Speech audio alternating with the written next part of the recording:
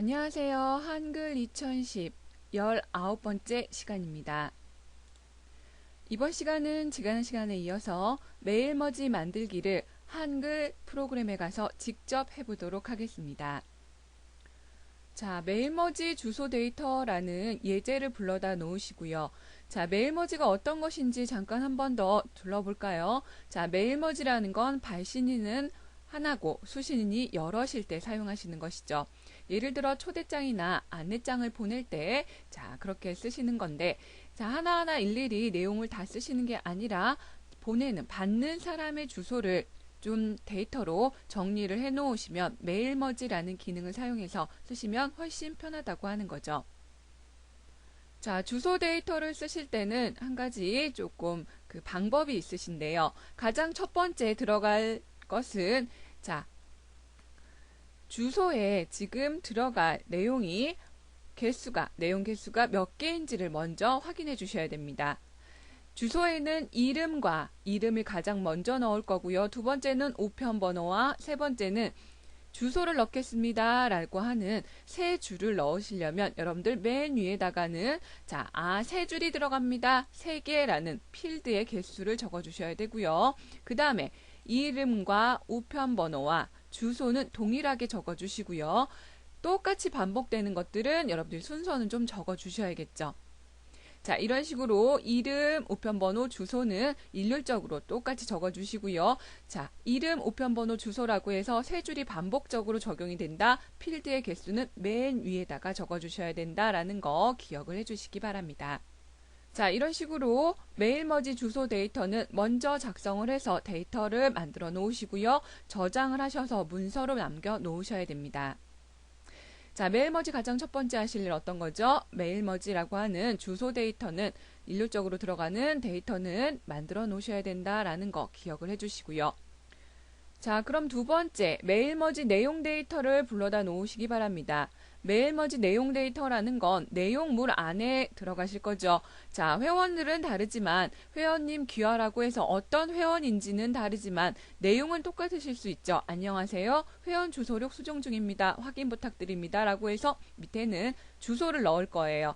그러면 이름과 주소는 다르지만 가운데에 있는 이 내용들은 똑같죠. 똑같은 내용은 데이터로서 하나 더 문서를 저장해 놓으시기 바랍니다. 자, 그렇게 두 개의 문서를 가지고 메일머지를 실행을 하시는 건데요.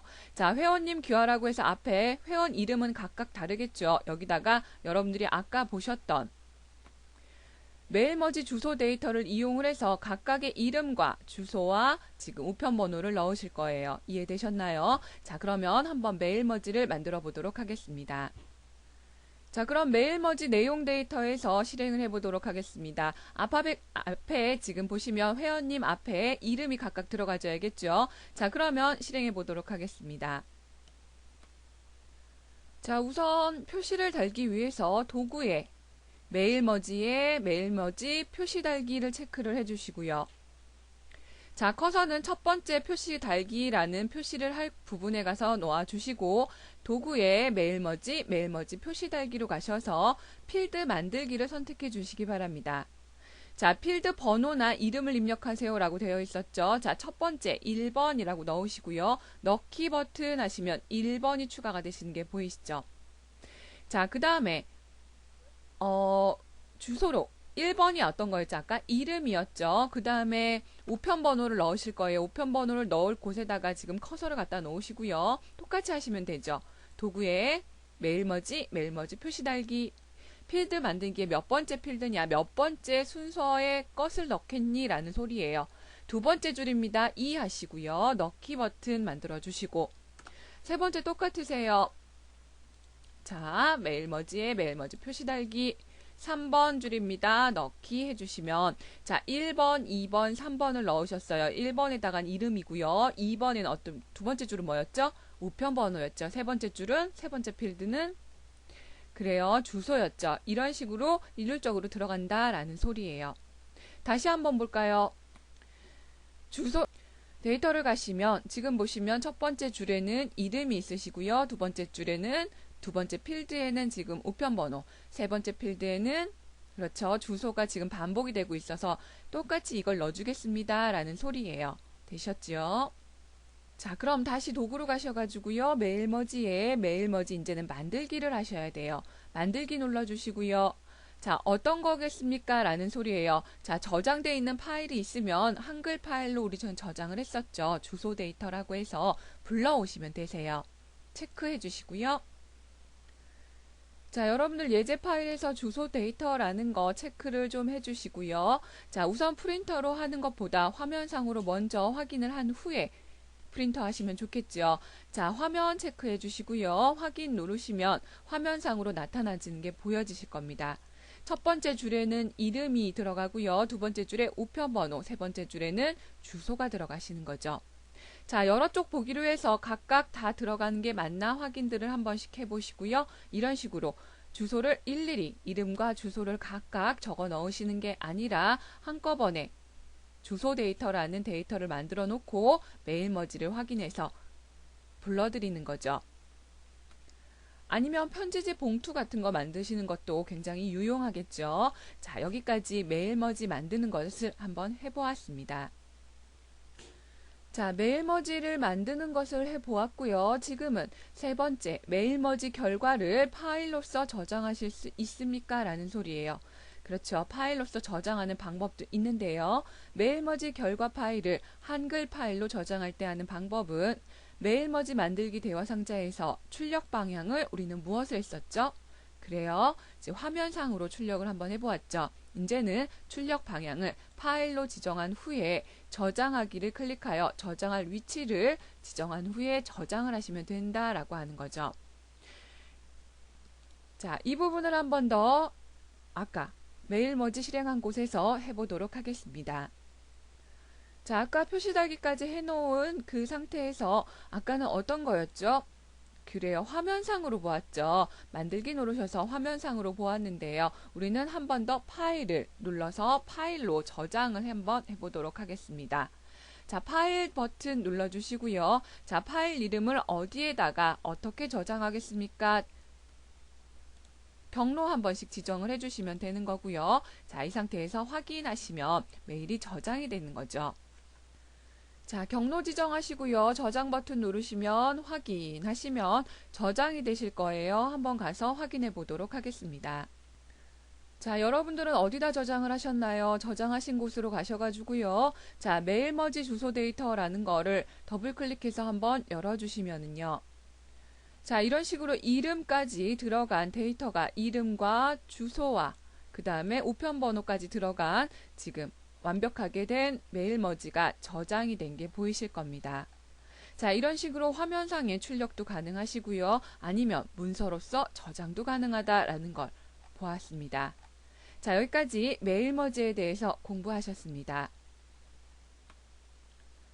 자, 그럼 다음 기능으로 차례 만들기라는 기능을 공부해 보도록 하겠습니다. 자, 먼저 차례 만들기를 실행해 보고요. 대화 상자 공부해 보고 표시를 한번 달아보도록 하겠습니다. 자, 먼저 차례 만들기라는 기능이 어떠한 기능인지를 보셔야겠죠. 차례는 책 맨 앞장에서 볼 수 있는 목차와 같은 기능으로서 표에 제목이나 표, 그림, 수식 등을 들어 있는 곳을 한 줄로 모아서 각 줄마다 본문 내용의 어느 쪽에 어디에 위치하는지를 보여주는 것입니다. 자, 단행본이나 논문 작성 등에 꼭 필요한 기능이고요. 자, 여러분들 문서책을 딱 먼저 열면 가장 첫 번째 장에 어디에 뭐가 있습니다 라는 쭉 내용이 나오죠. 그게 바로 차례라고 하는 건데요. 그 차례 만들기를 일일이 여러분들이 제목 쓰고 페이지 번호 적고 제목 쓰고 페이지 번호 적는 게 아니라 하나의 기준으로서 제목이라든가 표라든가 그림이라는 기준을 정해 놓음으로써 그 기준을 이용해서 각 페이지마다 줄을 한꺼번에 모아주는 기능을 해주는 게 바로 차례 만들기입니다. 일일이 손으로 수동으로 적는 게 아니라 지금 넣으시는 것에 따라서 한꺼번에 모아주는 기능을 하기 때문에 굉장히 편리한 기능이죠. 자, 어렵게 생각하지 마시고요. 차례라는 건 가장 책의 첫 번째 장에 있는 목차와 같은 기능이다 라고 생각을 하시면 되겠습니다. 자, 그럼 차례 만들기 대화 상자를 한번 훑어보고 그 다음에 만들어 보도록 하겠습니다. 차례 만들기라는 대화 상자가 나타나는데요. 자, 개요 문단으로 모으기란 뜻은 바로 이 부분입니다. 자, 개요 문단을 한 곳으로 모아서 각 줄마다 본문 중 어디에 위치해 있는지를 쪽번호로 알려주고 주는 게 바로 개요 문단으로 모으기고요. 두 번째, 스타일로 모으기라는 건 이 부분이죠. 자, 특정한 스타일로 적용된 문단을 선택을 하면 스타일로 모아 본문 중에 어디에 있는지 번호를 알려주는 기능입니다. 자, 그 다음에 차례 코드로 모으기라는 걸 선택을 하신다면 자, 본문에 지금 제목 차례를 적용하고 있는 그 부분에 바로 지금 코드가 모아지면서 차례를 만들어 준다라고 하는 거죠. 그러니까 특정 기준에 의하여 차례가 만들어진다라고 생각을 하시면 되세요. 네 번째, 표차례라는 것을 선택을 하게 되면 자, 본문에 삽입된 모든 표에 대해서 삽입된 순서대로 모아져서 옆에 페이지 표시가 된다라고 하는 거죠. 자, 여러분들이 개요 문단으로 모으고 싶은지, 스타일로 모으고 싶은지, 차례로 모으고 싶은지, 표로 모으고 싶은지를 확인하시면 되는 거고요. 자, 그 다음에 탭 모양에서 자, 오른쪽 끌기 탭으로 채울 모양을 이렇게 넣겠습니다 라고 하면 앞에는 개요 문단이 보이실 거고요. 점점점점 점선으로서 페이지가 표시되는 겁니다. 자, 다섯 번째로는 삽입된 그림으로써 모으실 수도 있고 수식으로써 모으실 수도 있고요. 자, 만들 위치가 현재 문서의 커서의 위치에서 만들 것인지 아니면 새로운 통합 문서를 열어서 만들 것인지를 확인하시고 만들기를 누르시면 되는 거죠. 자, 그러면은 개요 문단과 차례 표시를 이용해서 차례 만들기라는 걸 한번 적용시켜 보도록 하겠습니다. 자, 우선 차례 만들기라는 건 도구 탭에 차례와 색인 그룹에서 차례 만들기를 선택하시면 되는 거고요. 자, 차례 만들기를 선택하신 후에 자, 대화 상자가 나타나면 만들 차례를 항목을 먼저 제목 차례의 개요 문단 모으기로 선택하시고요. 수식 차례의 항목은 풀어주셔야 되죠. 자, 문서가 어떻게 만들어져 있냐를 먼저 확인하셔야 돼요. 그 다음에 어떠한 기준으로 모을 것이냐라는 걸 체크를 해주시는 거죠. 자, 선생님은 예제에는 자, 개요 문단으로 모으기라는 거를 선택을 하나 해주시고요. 그 다음에 수식 차례는 풀어주시면 되는 거고요. 자, 탭 모양 항목에서 오른쪽 탭을 선택하여 채울 모양을 체크해 주신 후에 만들기 버튼을 누르시면 되는 거죠. 자, 다시 한번 보면 도구에 차례 만들기로 가서 자, 대화 상자가 하나 뜨면 기준 하나 정하셔야겠죠. 개요 만들기라는 개요 문단으로서 모으겠습니다. 체크해 주시고요. 수식 차례는 풀어주시고요. 수식 차례 풀어주시고요. 그 다음에 밑에다가 탭 모양까지 확인해서 만들기 버튼 누르시면 되는 거죠. 자, 선생님은 그냥 새로운 문서에다가 라고 한 걸 그냥 체크를 했기 때문에 하나의 문서가 적용이 되면서 빈 문서에다가 지금 목차처럼 이런 식으로 쭉 나오는 게 결과 파일이 나오는 게 표시되실 겁니다. 자, 어떤 걸 기준으로 했었죠? 개요 번호라는 걸 기준으로 했기 때문에 개요 번호가 들어간 것에 따라서 왼쪽에는 차례가 표시가 되는 것이고 오른쪽에는 해당 페이지가 점선으로 탭이라는 점선을 이용해서 페이지가 설정된 게 보이실 겁니다. 자, 그러면 차례 만들기라는 문서를 불러온 후에 예제를 불러와서 한번 실행해 보도록 하겠습니다. 자, 차례 만들기라는 예제 불러다 놓으시고요. 한번 실행해 보도록 하겠습니다.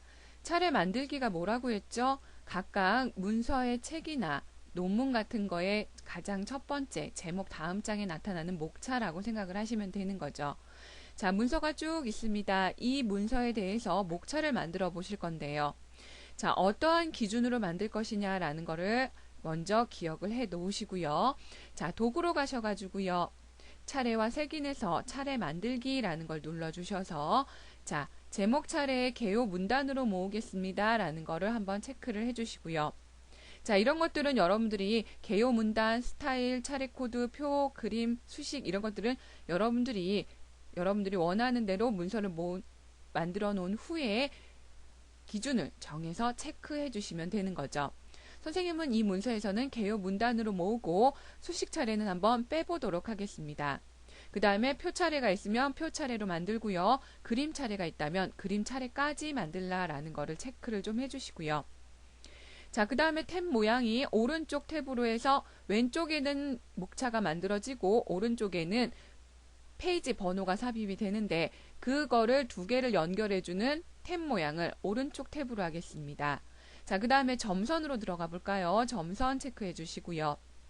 자, 만들 위치는 새로운 탭에다 하고 만약에 현재 문서의 커서 위치라는 건 현재 문서의 커서가 있는 그 위치로 해서 만들어지는 건데요. 선생님은 그냥 기본 옵션으로 새 탭에다가 한번 갖다가 붙여 넣어 보도록 하겠습니다.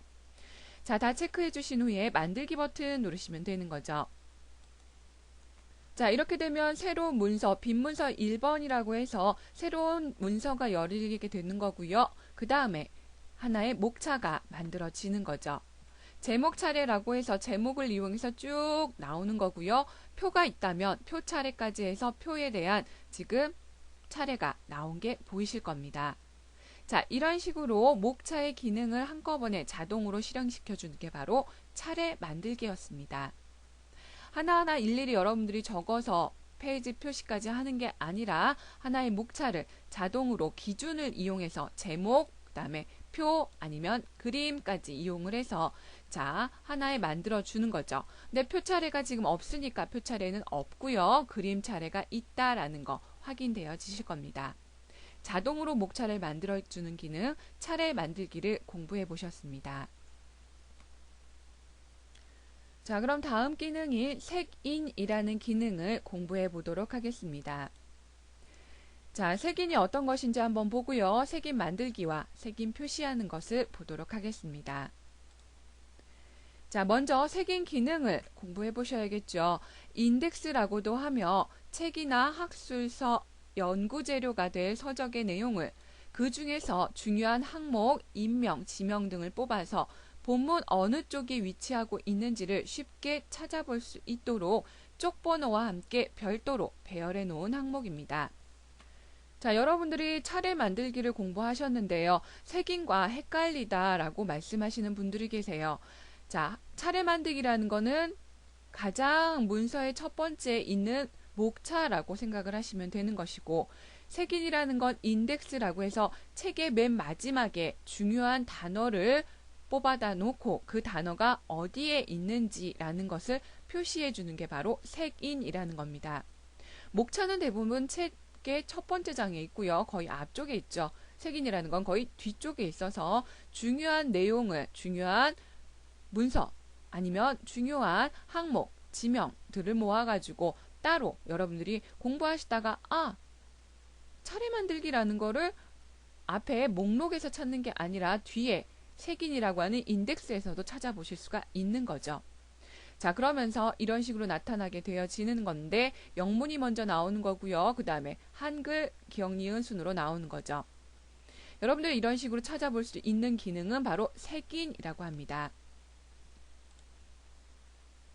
자, 색인 기능을 먼저 실행하기 위해서는 색인을 먼저 표시를 하셔야 돼요. 어떤 단어가 어떻게 중요한지 지금 중요한 단어마다 색인 표시를 하셔야겠죠. 자, 문서를 불러온 후에 본문에다가 독일이라는 낱말 앞에다가 커서를 갖다 놓으시고요. 이 단어는 중요하기 때문에 색인 표시를 해놓아야겠다라고 생각하시면 자, 그 단어 앞에 커서를 갖다 놓고 도구의 차례에 색인 표시를 선택한 후에 대화 상자가 나타나면 자, 단어를 확인하고 넣기 버튼 실행하시는 거죠. 자, 이런 식으로 중요한 단어마다 각각의 단어마다 색인을 표시를 먼저 해놓으셔야 됩니다. 그래야 그 색인이 어디 페이지에 있다라는 걸 컴퓨터가 인식을 해서 색인이라는 기능을 실행하기 때문에 여러분들이 색인 표시는 각각 단어마다 중요한 단어마다 각각 넣어주셔야 된다라는 걸 기억을 해주시고요. 자, 색인을 표시한 후에는 중요한 단어를 다 표시했습니다 라고 생각을 한다면 다시 도구에 색인 만들기를 들어가서 현재 문서 외에 새로운 문서 탭에다가 색인 문서를 클릭하시면 문서가 하나 나타나게 되는 거죠. 자, 세기는 먼저 알파벳 순으로 먼저 나타나고요. 한글, 가나다 순으로 표시된다라는 거를 기억을 해주시고요. 자, 그럼 새긴 문서를 불러온 후에 한번 실행해 보도록 하겠습니다. 자, 색인 예제를 풀어다 놓으시고요. 한번 넣어보도록 하겠습니다. 색인이라는 건 각각의 중요 단어나 이런 것들을 우선 먼저 하실 일은 각 단어에마다 색인을 먼저 표시하셔야 된다라고 하는 거죠. 자, 파란색 글꼴이 있는 것에다가는 한번 색인을 달아보고 색인을 따로 모아서 만들어 보도록 하겠습니다. 각자 먼저 들어갈 색인에다가 커서 갖다 놓으시고요. 그 다음에 실행을 하셔야겠죠. 자, 독일 앞에다가 커서 갖다 놓고 도구에 색인에 색인 표시하기를 먼저 체크하셔서 각각 들어갈 낱말에다가 색인을 꼽아 놓는다라고 생각을 하시면 되는 거죠. 독일에다가 넣겠습니다. 확인. 자, 그 다음에 여성에다가도 넣겠습니다. 자, 하나하나, 자, 여러분들이 단어를 넣어주시고요. 자, 표시해 주시면 되는 거죠. 가족도 한번 넣어볼까요? 가족에다가도 넣어보시고요. 자, 이런 식으로 중요 단어마다 여러분들이 좀 작업을 해주셔야 돼요. 결혼까지 넣어보도록 하겠습니다. 그래야지 나중에 색인 작업을 하실 때 얘가 컴퓨터가 인식을 해서 모아줄 수 있는 거죠. 자, 첫 번째 장에서만 한번 실행해 보도록 하겠습니다. 자, 독일 여성 가족 결혼에다가 선생님이 색인 표시를 하였고요. 색인 표시한 지 어떻게 하나요? 자, 여러분들 확인 한번 조판부호로 확인하시면 되는 거죠. 자, 보기로 가셔가지고요. 조판부호라는 거 체크 한번 해보시면 색인 표시가 달린 게 쭉 보이실 겁니다. 자, 이런 식으로 가면 각각의 단어마다 색인이 표시됐다라는 게 조판부호로서 보여지고 있는 거죠. 자, 그러니까 색인 표시가 다 되신 거고요. 자, 그 다음에 한번 해보도록 하겠습니다. 지금 색인 표시한 거를 자, 하나의 문서에다 모아 놓으셔야겠죠. 자, 도구로 가셔가지고요. 자, 색인 만들기라는 거 체크해 주시고 그러면 바로 문서가 하나 우리가 넣었던 단어에 각각의 색인이 표시된 게 보이시죠?